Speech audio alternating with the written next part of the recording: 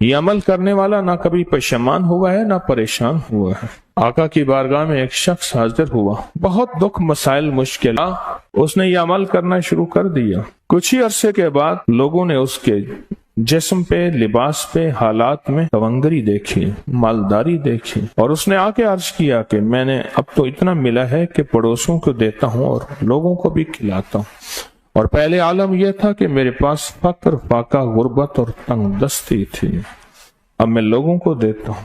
मेरे पास कई वाकयात हैं, वाकयात दर वाकयात हैं। मदीना मुनव्वरा में एक साहब कहने लगे, हमारे बड़े आए थे तो यहाँ की मंडी की सब्जियां जो गली हुई, गिरी हुई होती थी, वो उठा के लाते थे, और बाज़ औक़ात लकड़ियां नहीं होती थी, और बाज़ औक़ात सब्जी नहीं होती थी, और फक्र और गुर्बत की अमूमी चूंकि फजा भी थी, लेकिन उनके यहाँ कुछ ज्यादा ही थी।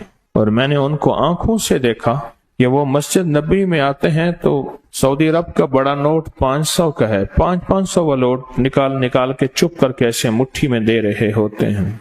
और उन्होंने खुद बताया कि उन्हें किसी ने बताया था, उनके खानदान को कहा, सारा घर ये अमल कर रहा था, और इसको अमल को करते करते अल्लाह का निजाम बदला, रब ने तवंगरी, बरकत, दौलत, इज्जत, वुसअत और आफियत के दरवाजे खोल दिए।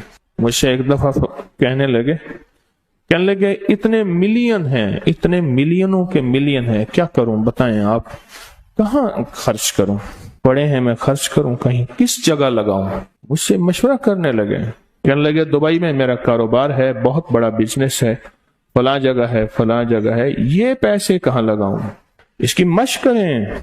बाज़ औक़ात फक्र और फाका, गुर्बत और तंगदस्ती, उसका जो नुकसान, फक्र, फाका, गुर्बत, तंगदस्ती का जो नुकसान है, वो ये नुकसान ये होता है कि इंसान का ईमान खत्म हो जाता है। इधर बनाना है, उधर बचाना है, अगर बनाया और बचाना फिर भी नुकसान, और अगर बच गया, बचेगा तो वो जो बनेगा, है ही नहीं तो बचेगा क्या। सलाम और इखलास से बनाना है, पाना है, मिलना है। एक चीज है, एक दुआ जरूर पढ़ा करें, अल्लाहुम्मा इन्नी अऊज़ु बिका मिन ज़वालि नेमतिक, बस अल्लाहुम्मा इन्नी अऊज़ु बिका मिन ज़वालि नेमतिक, अल्लाह मुझे नेमतों के ज़वाल से बचा, नेमतों के ज़वाल से। मैं बेटों के साथ जा रहा था, मैंने कहा बेटो ये देखो, ये जगह है जहां मैंने उसकी चारपाई देखी थी, चारपाई के नीचे सुराख था, वहीं से इजाबत पेशाब, और वहीं से, और वो मैंने उसका शाही दौर देखा था, बहुत बड़ा कुक था, शेफ, बहुत बड़ा, लेने लगी होती थी, और वो देख की गरम देख, चलती देख पे पांव रख के ना, बराह रास्त बगैर जूते के अंदर कफगीर मारता था, बहुत बड़ा शाही आदमी था। पर ज़वाले नेमत ऐसा हुआ, गली में पड़ा रहता था, कोई रोटी देता था, हाय पानी कहता था, कोई पानी नहीं पूछता था, और एक रात सोया, सुबह देखा तो मरा हुआ था, यूं लपेट के चंद बंदों ने जनाजा और मिट्टी के सपुर्द कर दिया। मैंने एक शख्स के बारे में सुना, नहीं खुद देखा, मेलसी बिहाड़ी मुल्तान के साथ मैं कब्रिस्तान में गया, पता चला कि वो बंदा कब्रिस्तान में है, ढूंढते ढूंढते वहां भंग घोट रहे थे, वो साथ बैठा हुआ था, मिलों का मालिक था, और मुझे देखा, तारुफ हुआ तो रो पड़ा, कहने लगा मिलों का मालिक हूँ, आज ज़वाले नेमत ये है, कब्रिस्तान में छुप के बैठा हूँ, बेबहा दौलत थी, दुनिया थी। मैंने कितने लोगों को, आपने कितने लोगों को, मैं शारे फैसल का एक वाक्या सुनाऊं जो मुझे 89 में मिला था, 89 89 में, यहाँ बलोच कॉलोनी है ना, इस तरफ उमरा के घर, इस तरफ गोरबा के घर, अब ना मालूम नक्शा कैसा है मुझे पता नहीं, मैं 89 की बात कर रहा हूँ। एक मालदार शख्स था जिसके बैरी जहाज थे और मालो दौलत बहुत ज्यादा थी, बहुत ज्यादा मालो दौलत थी, बैरी जहाज थे। एक वक्त ऐसा आया, लंबा वाकया है, घर बिकने का जब वक्त आया तो घर का जो कुक था उसने घर ले लिया, बहुत बड़ा बंगला था, वो ले लिया और वो सारा लुट गया। सवाल के वाकयात कई लोगों के आपने देखे हैं। پڑھے میرے ساتھ، اللہم انی اعوذ بک من زوال نعمتک۔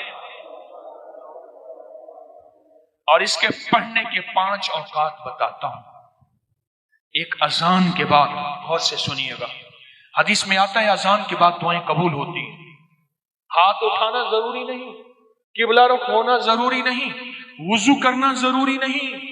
اگر چاہتے ہیں یہ نعمتیں مجھ سے کبھی نہ لٹیں، دولت، رزق، عزت، صحت، گردے ٹھیک ہے نعمت، دل ٹھیک کم کر رہا نعمت، جگر نعمت، معدہ نعمت، پٹھے نعمت، آنکھیں نعمت، کھانا نعمت، نکل جانا نعمت، بیٹھنا نعمت، پھر بیٹھ کے اٹھنا نعمت، سونا نعمت، پھر سو کے اٹھنا نعمت، لوگ مجھے سلام نعمت، رحمت نعمت، اولاد نعمت، بیٹے نعمت، دنیا کے جتنی بھی نعمت ہیں اگر چاہتے ہیں یہ کبھی نہ لٹے، یا آپ لٹوانا چاہتے ہیں؟ بولے انشاءاللہ کوئی نہیں چاہتا، انشاءاللہ کوئی بھی نہیں چاہتا۔ تو پھر ایک دعا میری یہ درخواست ہے، 5 اوقات میں پڑھیں۔ اوقات کو ذہن نشین رکھیے گا، اور اوقات بھی وہ ہیں جن کا تعین حدیث میں موجود ہے۔ پہلے دعا ایک دفعہ یاد کرنے کی نیت سے میں آپ پڑھ لیں، اللہم انی اعوذ بک من زوال نعمتک۔ اللہ میں تجھ سے پناہ مانگتا ہوں نعمتوں کے زوال میں، مانا یہ ہے ٹھیک۔ 5 اوقات۔ پہلا وقت ہے کہ حدیث میں آتا ہے جب دعا اذان ہوتی ہے، اذان ہوتی ہے دعائیں قبول ہوتی ہیں۔ اذان کے بعد یہ دعا پڑھ لیں، اذان کی دعا پڑھ لیں، یہ دعا پڑھ لیں، پر یہ دعا پڑھ لیں۔ دوسرا وقت جب مرغ بانگ دیتا ہے، وہ دن کو دے، صبح دے، شام دے۔ اکثر لوگ کہتے ہیں مرغ کا بانگ دینا صبح یوں ہے دن کو نہیں، فرمایا جب مرغ بانگ دیتا ہے حدیث میں آتا ہے وہ عرش سے رحمت کا دروازہ کھلتا دیکھتا ہے، اس لیے حدیث میں اس کی باقاعدہ دعا ہی ہے، اللہم انی اسألک من فضلک۔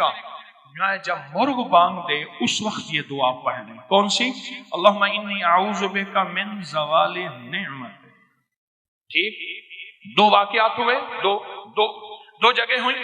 تیسرا فرمائے جب نماز کے لیے اقامت ہو رہی ہوتی ہے، اقامت ہوتی ہے نا جماعت کھڑی ہونے سے پہلے، جب قد قامت الصلاۃ آتی ہے وہاں جو دعا مانگو قبول ہوتی ہے۔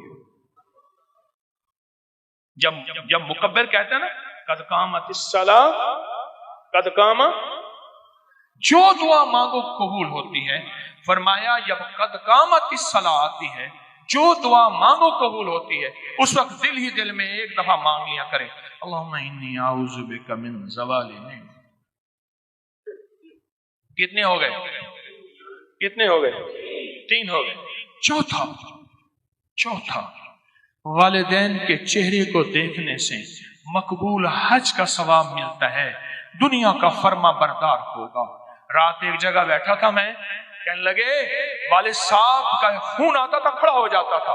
والد صاحب، ان کا نام عارف تھا، کہنے لگے والد صاحب مجھے کہتے تھے عارف، میں ایک دم کہا، بچے کہتے تھے بابا کیا ہوا، دادا کا خون آیا، کہا بیٹا والد کا ادب کر کر کے اب وہ پختگی ہو گئی ہے، اب ذہن میں وہ ادب بیٹھ گیا ہے۔ جو والدین کے چہرے کو دیکھ کے یہ دعا پڑھے گا، کیونکہ وہ لمحہ ایسا ہے اور میں کہ اس لمحے میں اللہ کہتا ہے مقبول حج کا ثواب مل گیا۔ اس لمحے میں جو بندہ یہ دیکھ کے پڑھے گا اللہم انی اسألک، اللہم انی اعوذ بک من زوال نعمتک۔ کتنے بندے ہو، کتنے ہو گئے ہیں؟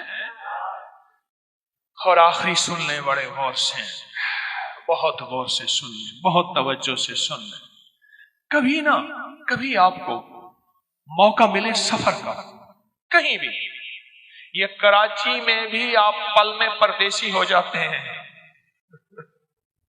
پردیسی ہو جاتے ہیں۔ کہاں لمبے سفر ہیں کراچی کے، لاہور کے، بڑے بڑے شہروں کے۔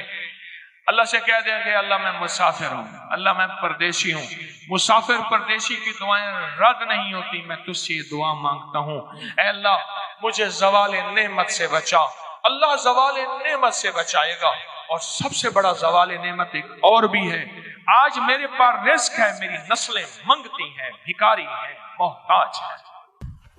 یہ مشق کرتے رہیں، ایک فائدہ یہ ہوگا مشق ہو جائے گی، دوسرا فائدہ یہ ہوگا اللہ جذبوں اور تصور اور خیالوں اور سوچوں کے مطابق فیصلہ کرتا ہے۔ میرے بندے، میں تمہارے ساتھ تمہارے گمانوں کے مطابق فیصلے کرتا ہوں۔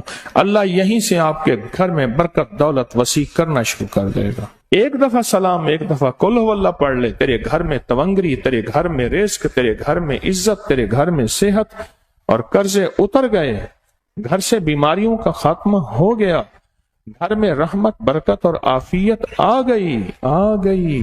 بس اس کی مشق کر لے اور یہیں سے مشق کرنا شروع کر دیں، اور مشق میں ایک تھوڑا سا اضافہ کر دیں۔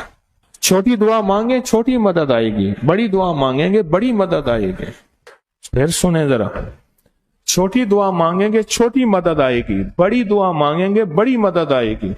تو چھوٹی دعا تو یہ ہے کہ اللہ مجھے دے دے، میرے گھر والوں کو دے دے، اور بڑی دعا یہ ہے کہ اللہ ساری امت کو دے دے۔ بڑی دعا مانگیں، ساری امت کو سامنے رکھ کے اللہ سے مانگیں، اللہ سے درخواست کریں۔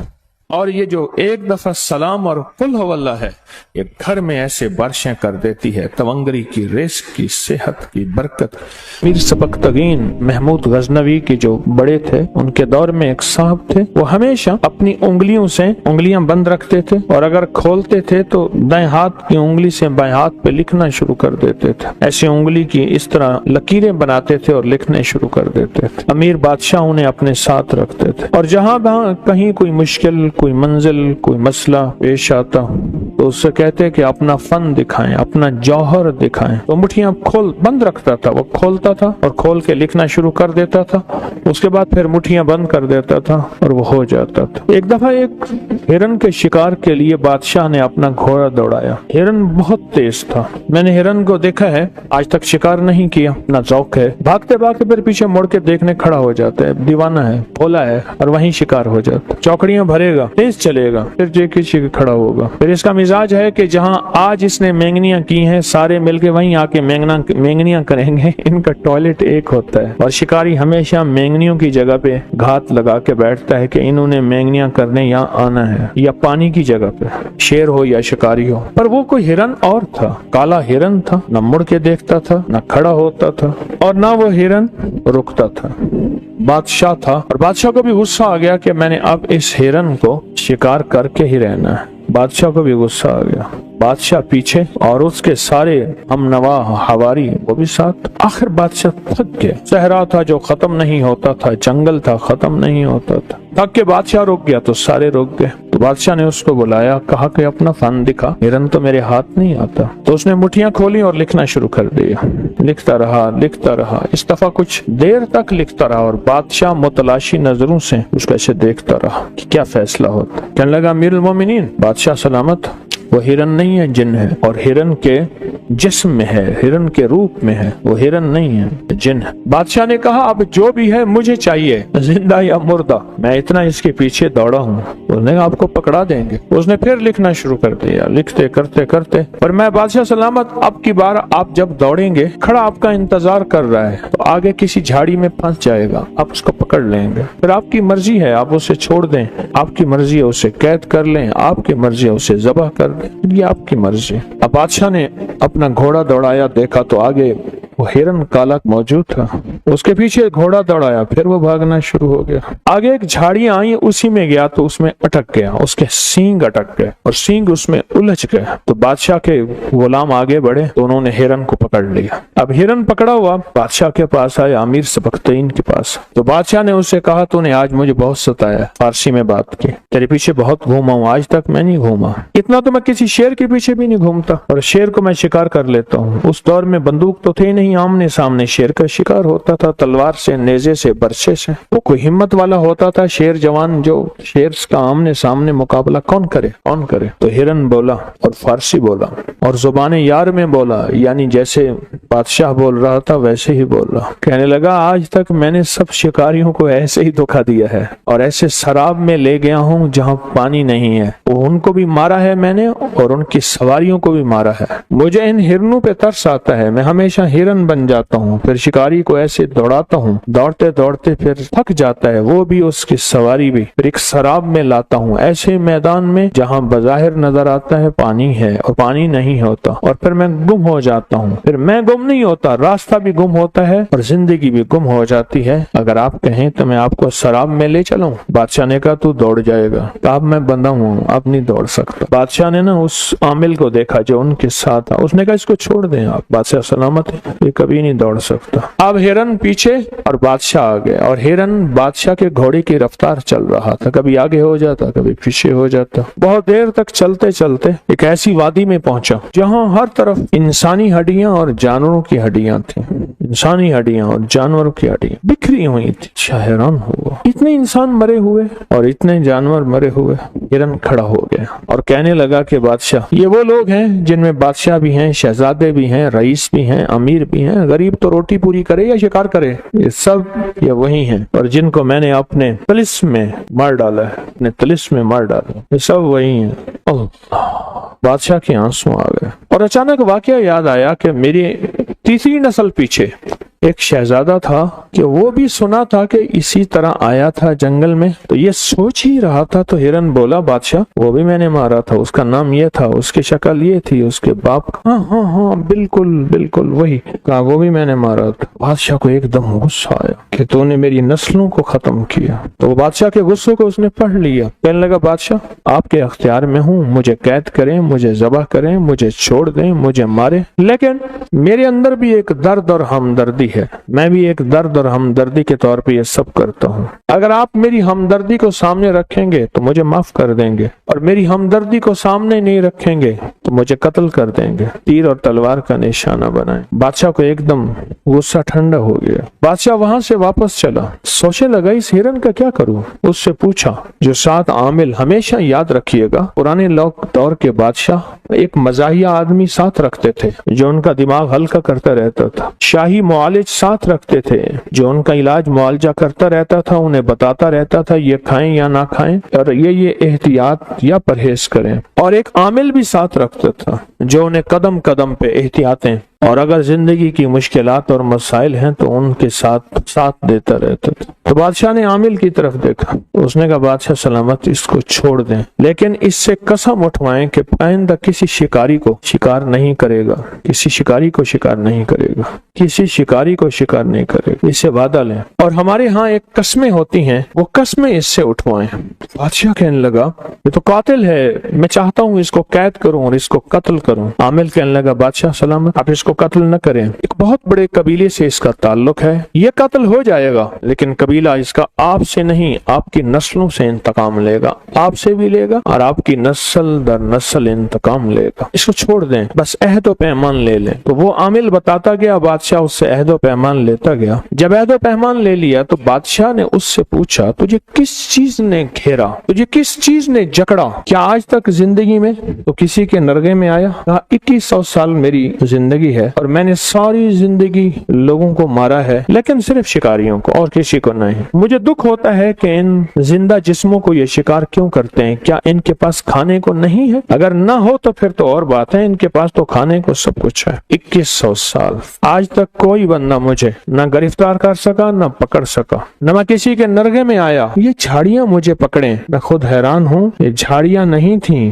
कोई ताकतवर दुनिया थी जिसने मुझे पांव से भी जकड़ लिया और सींगों से भी जकड़ लिया। तो उससे पूछा तूने क्या पढ़ा था? उसने कहा बादशाह सलामत मैंने सारी जिंदगी हुरूफ तहज्जी पे जान मारी है और हुरूफ तहज्जी पे मेहनत की है और हुरूफ तहज्जी को अपनी जिंदगी का साथी बनाया है। अपने सांसों में मैंने हुरूफ को रचाया है, बसाया है और इसको एतमाद से पढ़ा भी है, लिखा भी है। मैंने उंगली पे हमेशा हुरूफ तहज्जी अलिफ से लेकर या तक लिखता हूँ और फिर लिखता हूँ और फिर लिखता हूँ और फिर लिखता हूँ। शहादत की उंगली मेरी कलम होती है और दूसरा हाथ मेरी तख्ती होती है और मैं कलम और तख्ती से लिखता चला जाता हूँ और हुरूफ तहज्जी को अपनी जान, अपनी जिंदगी से ज्यादा अजीज समझता हूँ और ये हुरूफ तहज्जी का रिजल्ट है जिसने इसको जकड़ दिया। बादशाह ने उससे पूछा कि ये सही कहते हैं? कहा बिल्कुल ठीक कहता है।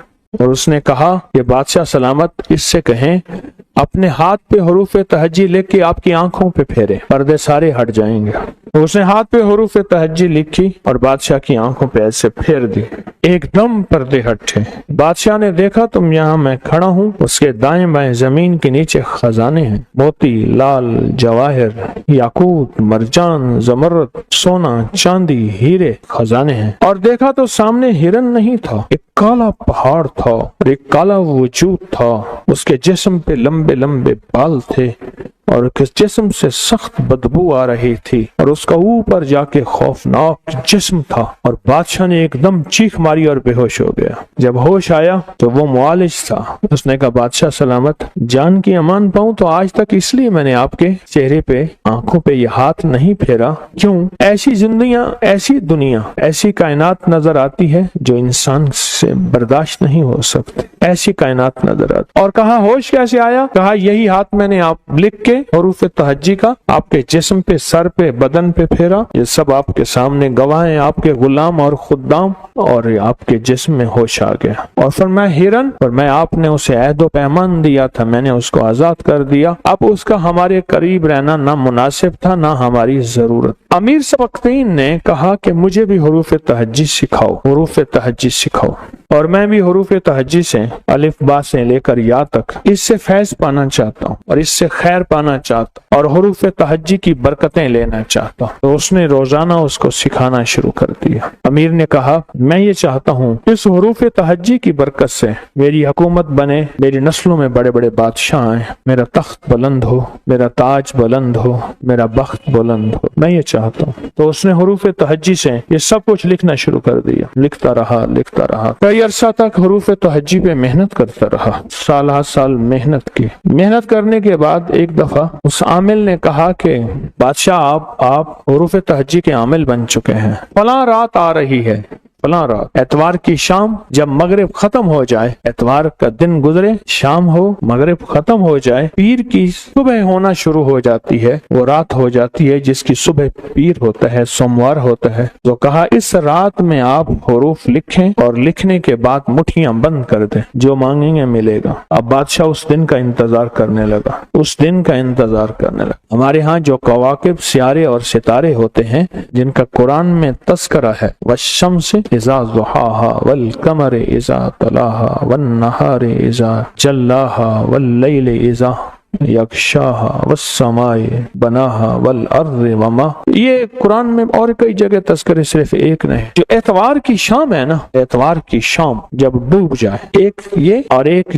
जुमेरात की शाम जब डूब जाए। जैसे अब ये शबे जुमा है, जो शबे जुमा है वह एतवार की शाम को है ही नहीं। क्यों? ये सैयदुल लैल है, रातों की सरदार। किसकी सरदार? और जुमा सैयदुल यौम है, दिनों का सरदार। जुमा जो इस रात को मिलता है वो किसी रात को मिल नहीं सकता। जो इस रात को पाता है बंदा वो किसी रात को पा नहीं सकता, जो इस रात को पाता। तो कहा जब एतवार की शाम हो आप हथेली पे लिखिएगा और इसका नतीजा मिलेगा शबे जुमा में, और उस पे आपको लिखना पड़ेगा। और कहा उस आमिल ने बादशाह को अगर एतवार की शाम भूल जाएं तो जिंदगी में कभी शबे जुमा न हो। बादशाह ने यह अमल किया, हर शबे जुमा में यह अमल किया, एतवार की शाम को भी किया और हर शबे में किया। 11 एतवार की शामें और 11 शबे जुमा में हथेली पे अमल लिखता रहा और करता रहा। एक दफा ख्वाब में देखा कि मेरे सर की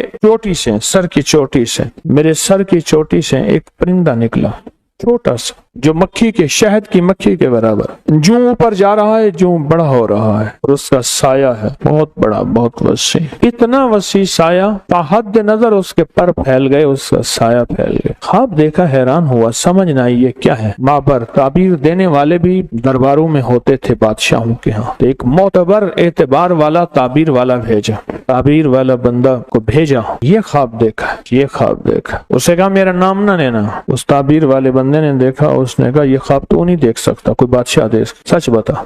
उसने कहा अमीर ने देखा है। कि हाँ, उससे कह दे तेरा बेटा होगा और उसकी सल्तनत यहाँ से वहां तक होगी जहाँ सूरज गरूब नहीं होगा, और साया ही साया रहेगा। और फिर उसकी नस्लों में सुल्तान महमूद गजनवी रहमतुल्लाह अलैह, तो सुल्तान महमूद गजनवी बादशाह बना। उसके ताबीर ये निकले, और उस बादशाह बनने के पीछे हरूफ तहज्जी का फैजान है, हरूफ तहज्जी की बरकत हैं, हरूफ तहज्जी के समरात हैं, और हरूफ तहज्जी की करामतें और कमालात है उसके बादशाह बनने।